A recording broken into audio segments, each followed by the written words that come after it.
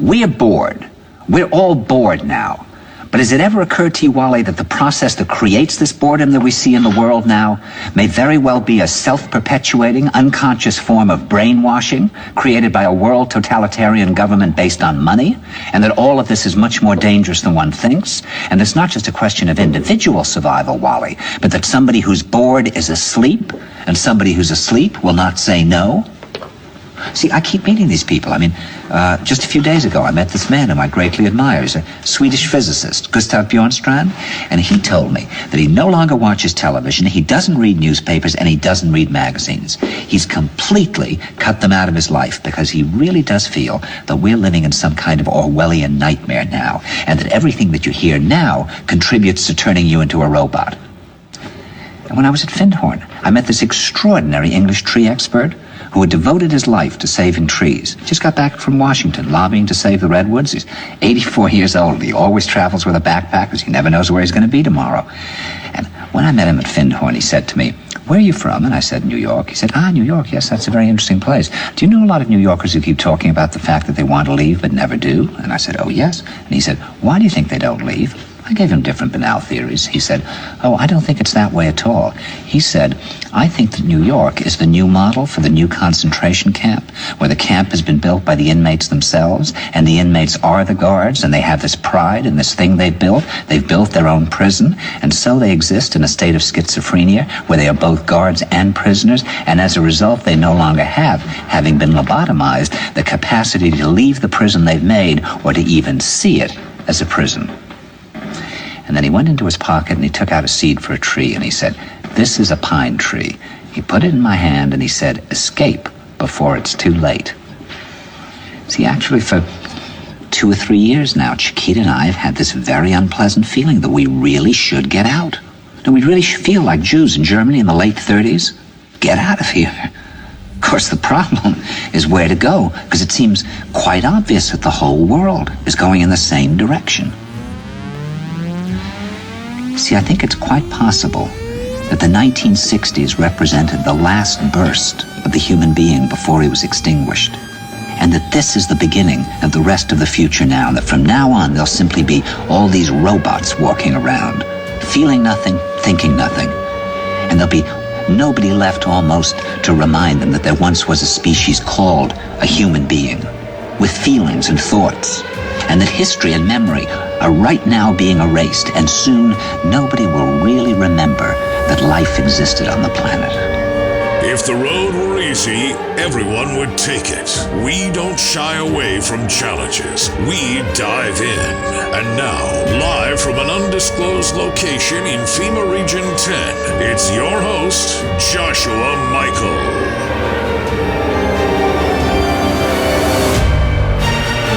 Well, we're in it now, aren't we, folks? We're in it now. Middle of May.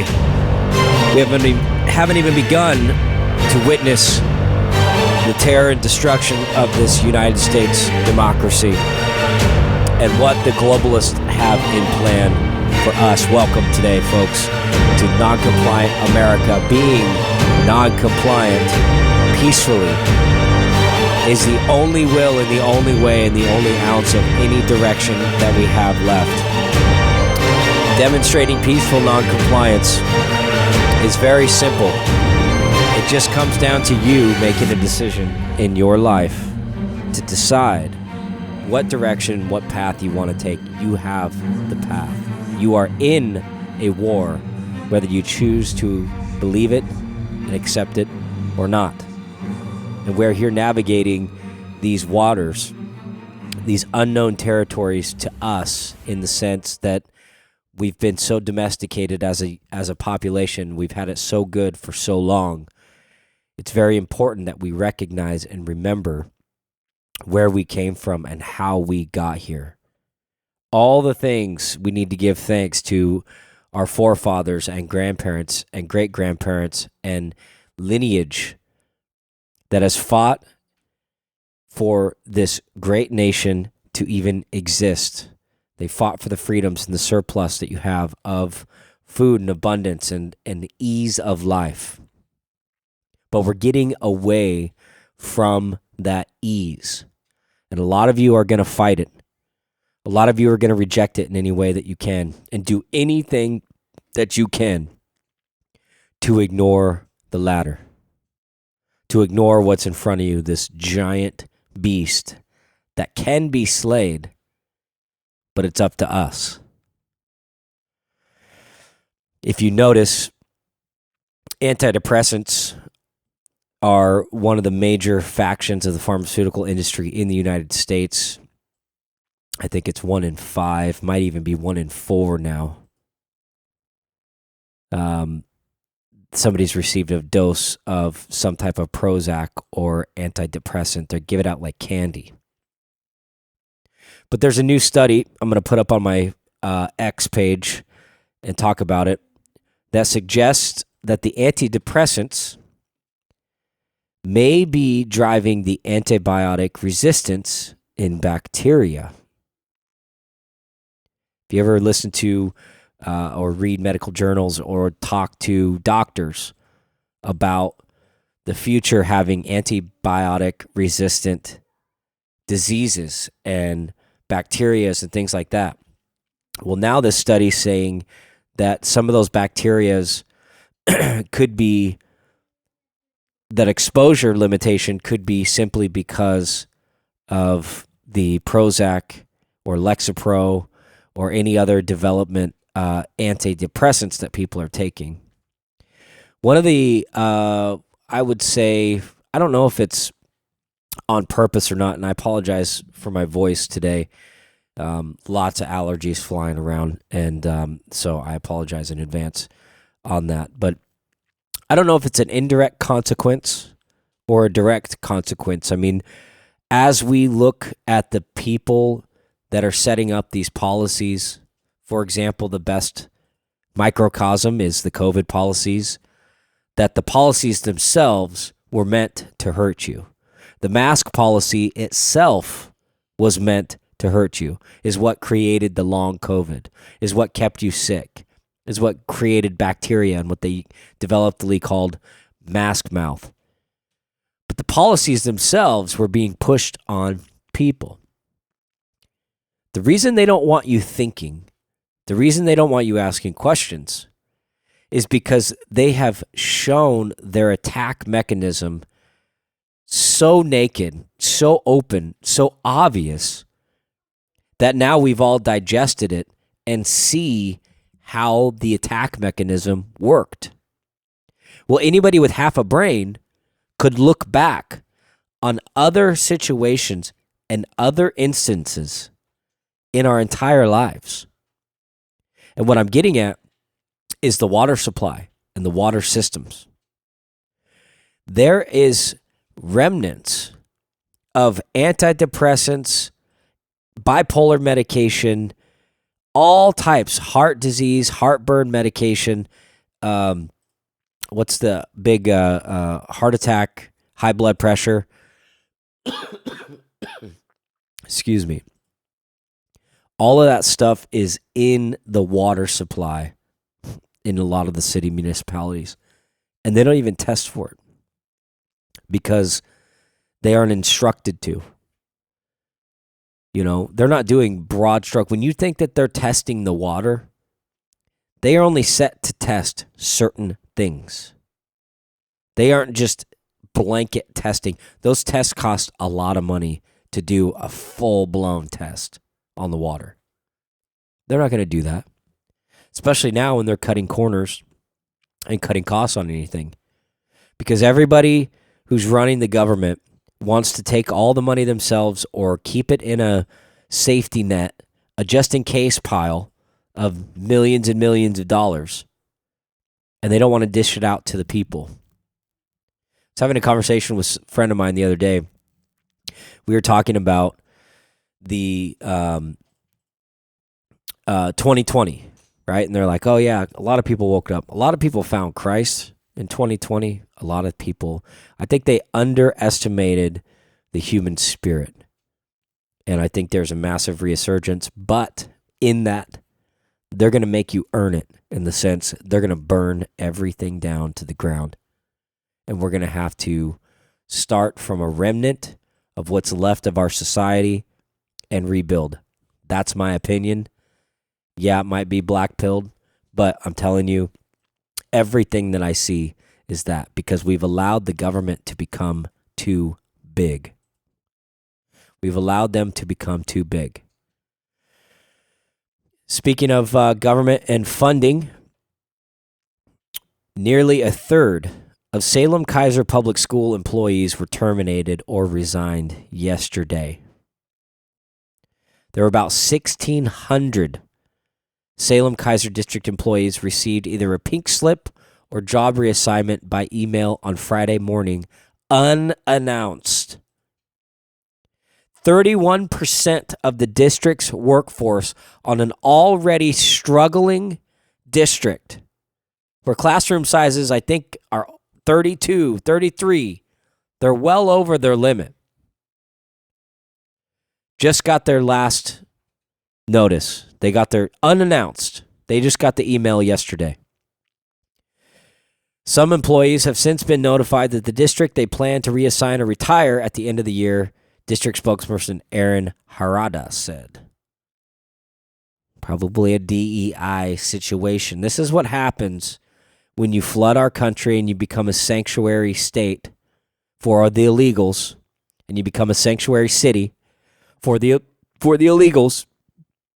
They're going to overrun the systems, the healthcare systems, the social systems, the school systems. I mean, a lot of these systems, there's a bunch of illegal kids going there, right? And what can we do? Obviously, they need education. Obviously, we have to take care of them, right? They're here. They didn't have a choice to be here. But it's meant to break the system, and we're seeing that. So what kind of disaster is going to be enduring next year? 30%, folks. That is a giant blow to an already struggling system. What's going to be the solution? When they raise taxes, and rest assured, they're going to try to raise taxes. That's why we got to get behind Julie Hoy and hold her feet to the fire and make sure that she's going to block this thing from happening. Because they're going to say, hey, for the sake of your kids, for the sake of our children, we need to raise taxes. And what this is, I personally believe, just like they didn't plow the roads for like 4 or 5 days during that ice storm, downtown Salem didn't plow or do anything with their roads. I think this is a similar ploy to hit us where it hurts and to go after our children to try to get us to sit down and take their taxes because we love taxes, we want taxes. This is a ploy for that. These people are predators that run these organizations. They aren't looking out for your kids. They aren't looking out for the community. They might say that they are, but they're not. And we're seeing it. They can say one thing and do another. Your actions, folks, the way that you judge people in the future and now is by their actions. They're going to tell you anything and everything that you want to hear. Anything.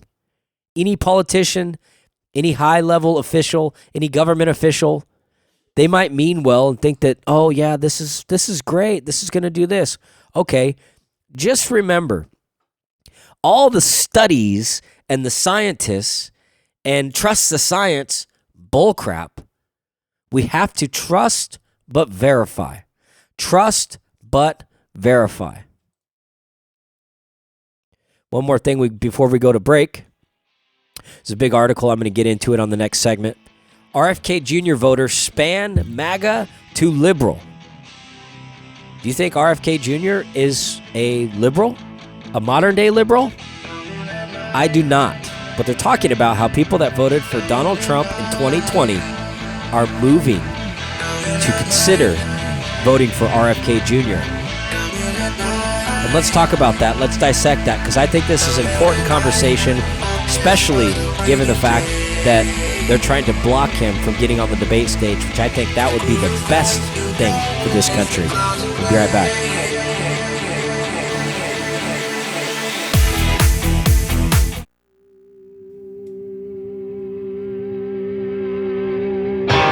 time to unmask the truth and expose the lies. Breaking through the censorship and delivering raw, unedited content, it's Joshua Michael with Non-Compliant America. Bringing it in with the new look, Luke Combs. I like this guy. He represents America. Here's what's interesting. This comes from a new movie, Twister. And here we have Twisters popping up. Maybe not that big, as Twister, the movie, wants to amplify it. But we're getting tornadoes right at the same time this movie's coming out. You see how they're trying to mimic the culture? There is such a sophisticated fifth generational battle going on for your mind and your future, for your existence, that you have to break out of this thing. And the way that you do that, you got to clean your water, detox yourself. Don't fall into these things. And I know I can be blackpilling a lot of things. There's a lot of hopelessness. There's a lot of this. There's a lot of that. That's easy to fall into that.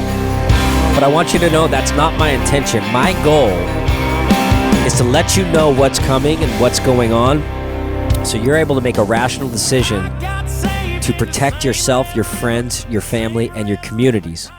Because that is how we restore this republic, is through this education.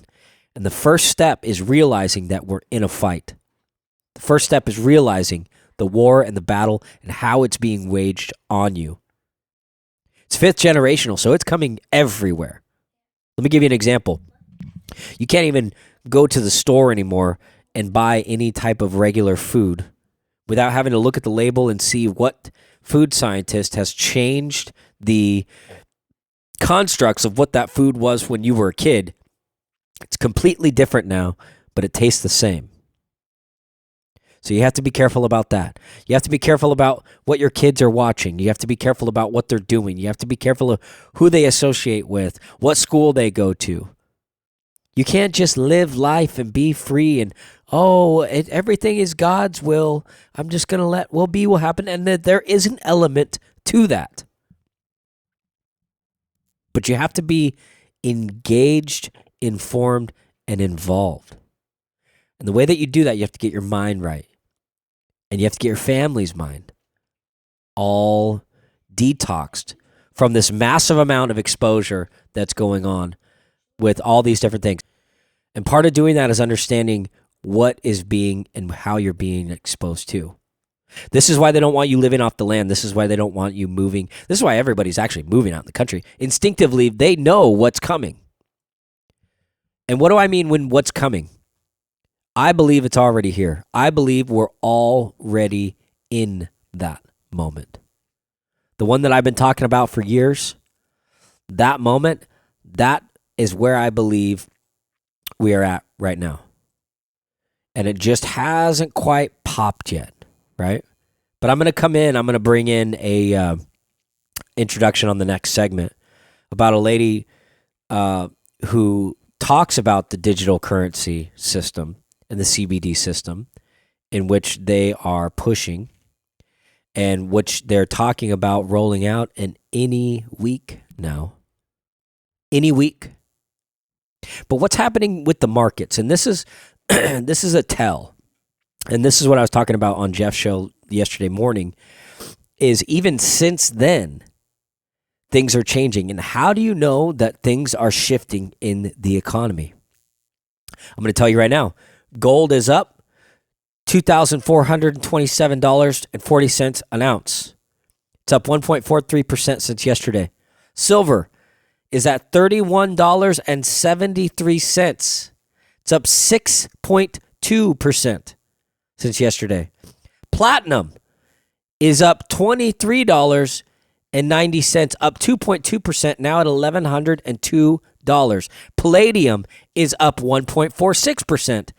for up 1,043. What does this mean? The precious metals commodities industry, the precious metals commodities business, and the preservation of your wealth is underway. And they're beginning to rob it. Because when you have $31 to obtain an ounce of silver, Does that mean silver is going up? No. That means your dollar is going down. That means the value of the money that's in your bank account right now, the buying power has gone down because silver's buying power always stays the same. This is why I've emphasized so much. When I started sounding the alarm a couple months ago, silver was at like $24, 22, $24. Think right now, if you bought 500 ounces of silver, you'd have an extra, I don't know, $3,000, $4,000 in buying power that you preserved. Because it's not that you can now buy more stuff because you have more money. It means it takes more money to accumulate the same amount of stuff. So when these markets are doing this, this is a big sign. This is a big indicator. I've been watching this stuff all the time. Very rarely do you see all precious metals that are up and going up. I think silver in the past week, 1 week is up 11%. 11%. So had you invested into precious commodities, like we always recommend doing, I'm not a financial expert by any means. I'm just a regular guy that's looking at stuff, seeing the tea leaves. I'm not obsessed with some hobby or anything else. Although, if you didn't watch the Tyson and Paul little weigh-in that they did and their little press conference, you have to watch it. It is absolutely hilarious. That is a fight I'm putting money on Tyson. Hands down. I put like $500 on Mike Tyson just because I think they've unleashed. I don't care if he's almost 60 years old, or I don't know how old he's, 50, 58 or something. I don't care about that. The thing is, one, he comes from a different generation. Modern generation men are softer. That's just a statistical thing. Not saying, people our age or younger aren't tough, and there aren't tough guys out there. There absolutely are. But overall, as a generation, they've gotten a lot softer. So Tyson's got that for him. More importantly, he was a world heavyweight champion. And he was a monster in the arena. And Jake Paul hasn't really fought anybody like him, ever. Yeah, he might be old, but it's like riding a bike. Even if he's out of shape, he knows some muscle memory. He's got some real muscle memory. I think he's going to beat that guy to a pulp. We got to have some fun, folks. We'll be right back.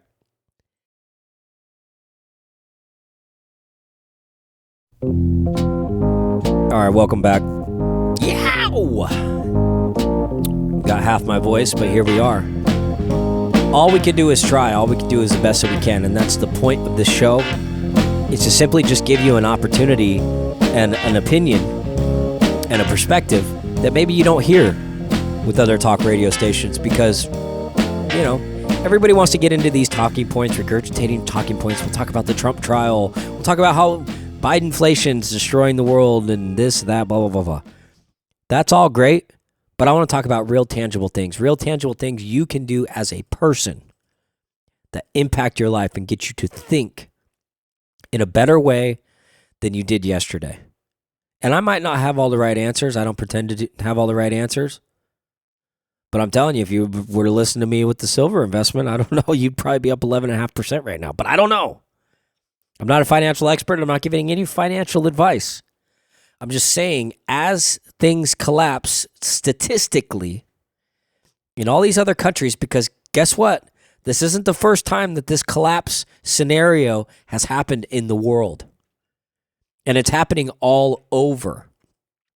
And it's whether you choose to believe it. Now, it's hard to, be over the target. It's hard to look at this stuff and not get discouraged. Because part of the plan to have victory over us is to try to get us to get discouraged to where we give up. But that's not why I'm talking about this stuff. That's not why I'm doing this stuff. I don't want to discourage you. I want to educate you. I want to motivate you. I want you to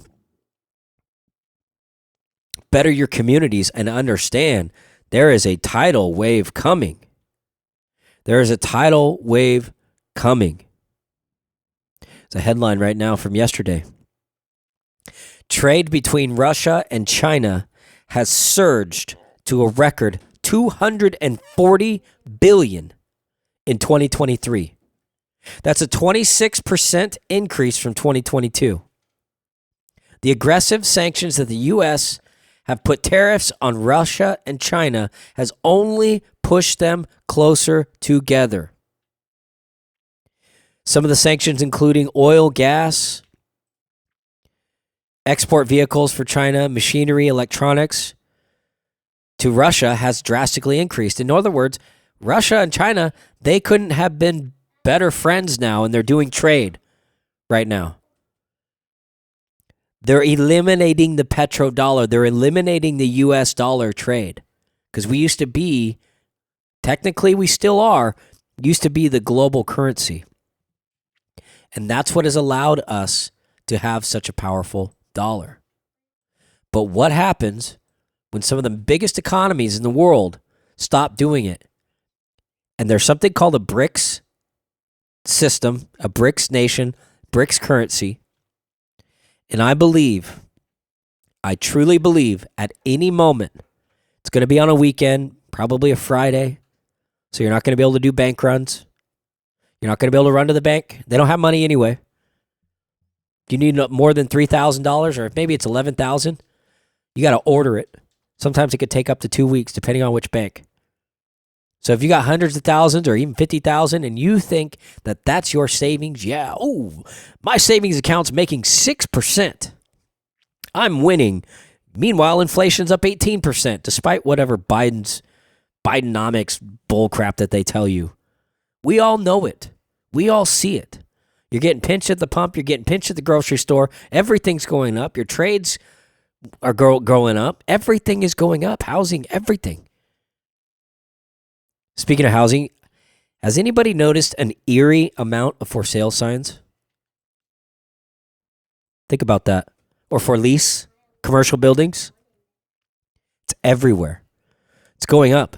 There's an underbelly that I'm trying to get you to see to better your life and better prepare you. And it takes time. You can't just overnight decide, hey, I'm going to start resisting now and I can do this, that. There are systems in place set to hang you up along the way to make it take time. For example, call the bank right now. Say, hey, actually just walk in there. Say, hey, I need $20,000 out of my bank account. One, most people don't have $20,000 in savings, which is really sad. I think it's like 80%. Don't even have more than $1,500 or $1,200 in savings. You got to stop splurging. Cut back on your subscriptions. Cut back on your coffee. Cut back on all of your things. You have to start cutting back. Lower your internet speed. Get rid of your new car. Buy something that you have paid off. Save you $500 a month.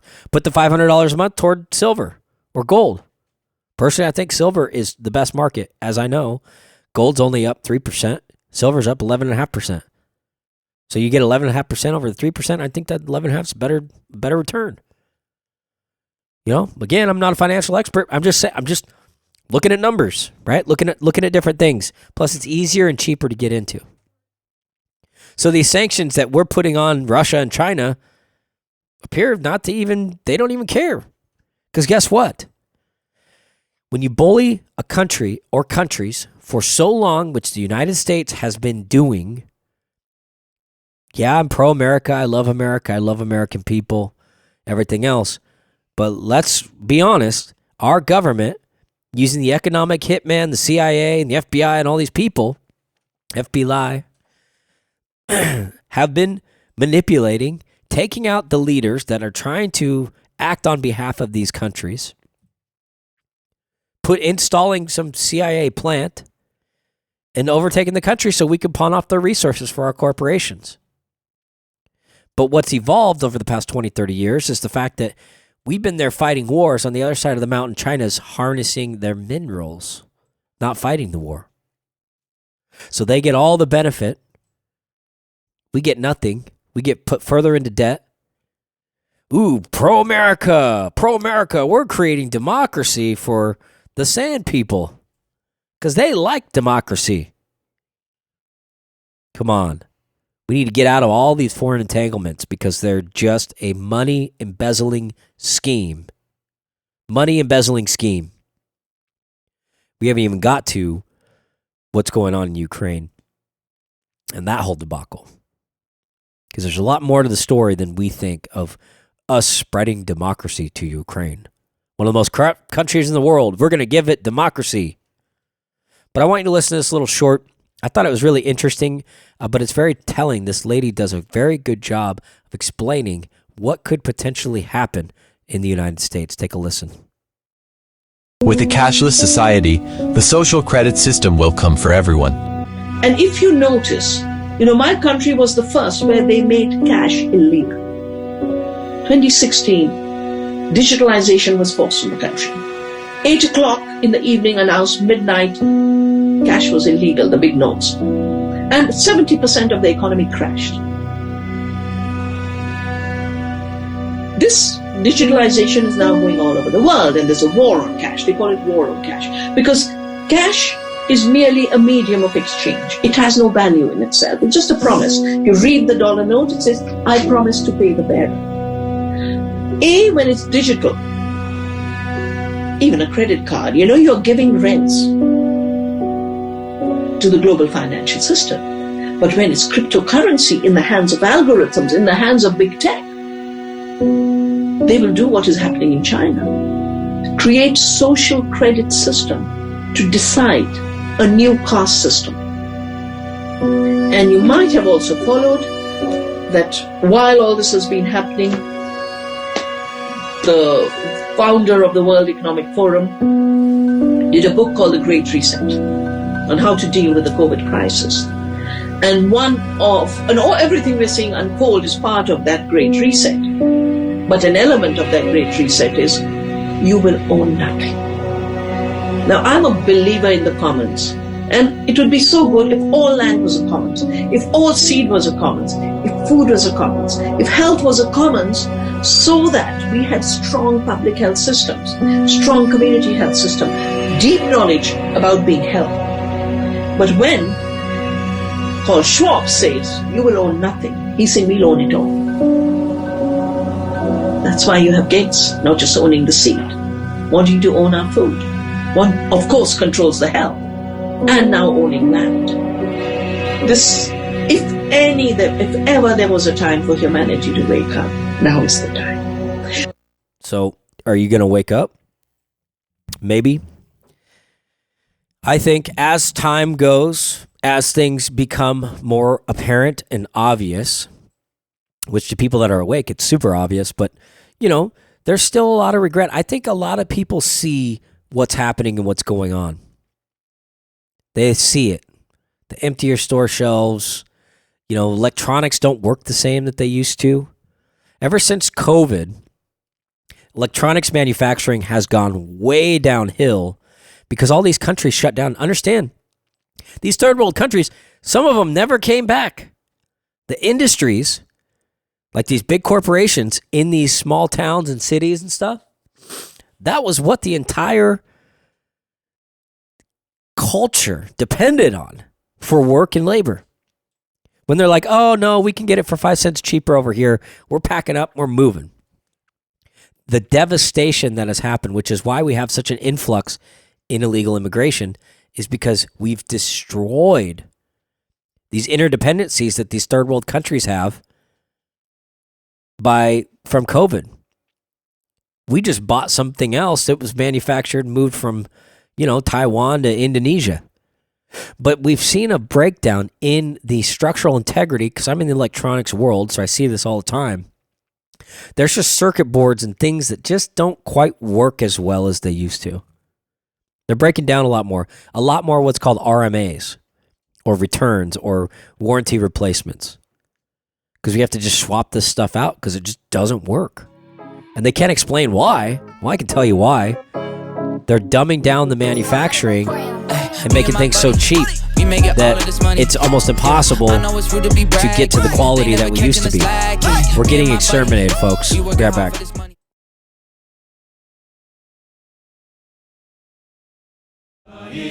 Shalom lo boy na boy Hashem lo yishmoyir Shav shokat shoy mei Hine lo yonum velo yisha lo yonum velo yisha. There's a group of people in Europe right now, in the UK, fighting back against their system and their camera systems. It's actually pretty remarkable, and I think it's only inevitable until that starts to come here.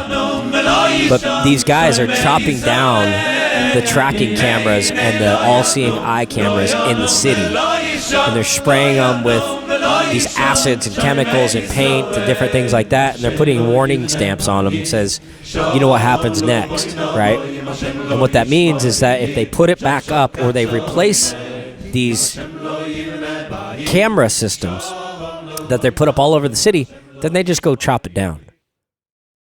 And now I'm not encouraging that, I'm not recommending that, but these people are a few years ahead of us into their system. Because if you ever want to know what's going to come here, just look at what happened to Europe, or what's happening to Europe. Because they had a massive migrant influx 10 years ago, 5 years ago, where it was just out of control. And they didn't know what to do, and they were just, helpless. But now we're seeing kind of the breakdown, as these Muslim populations, once they get to 10, 15% is the number, then they start really clamping down. Because understand, in their religion, if you're not a Muslim, you deserve to die. And that's their perspective. That's what they believe. And so I know some Muslims are great people. They're really nice. But at the end of the day, the devout Muslims think if you're a Christian or you're a Jew or you're an atheist or you're anybody but Muslim, then you deserve to die. And we see what's happening all over the world. South Africa is a prime example. Sweden. Little Sweden is just getting overrun and it's wild. You can watch some videos on there of Sweden, people in Sweden. It's crazy, folks. It's crazy what's going on. And speaking of crazy, let me just give you an example of what's coming. In what planet of things that we need to survive and live and function as people, such as honey, in what world would it be important to destroy honey beehives? Think about this.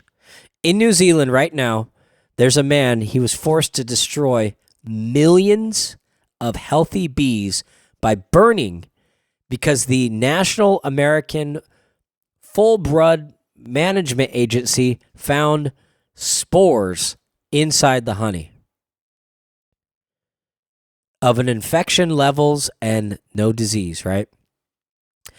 $2 million lost with no compensation. And that's what they're doing. Why are they doing that? Why are they forcing the farmers and paying the farmers in Norway to not put food in the ground? Why are they doing that? They are wanting to cut off the food supply and the energy supply, aka the Nord Stream pipeline. Fertilizer, which is needed to grow food. Fertilizer plants are exploding. Meat packing plants are setting on fire, just blowing up out of nowhere. Transportation bridges, another ship has ran into another bridge. Cutting off all of the things that we need in a complex society to maintain our stability. Destabilize, destabilize, destabilize, destabilize. That's what is the common theme.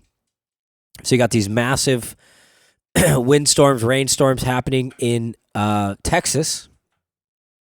There's some footage of that, of it's being manufactured. Meanwhile, we can't talk about climate change being man-made. Climate change is man-made, folks. It's absolutely man-made. It's called chemtrails.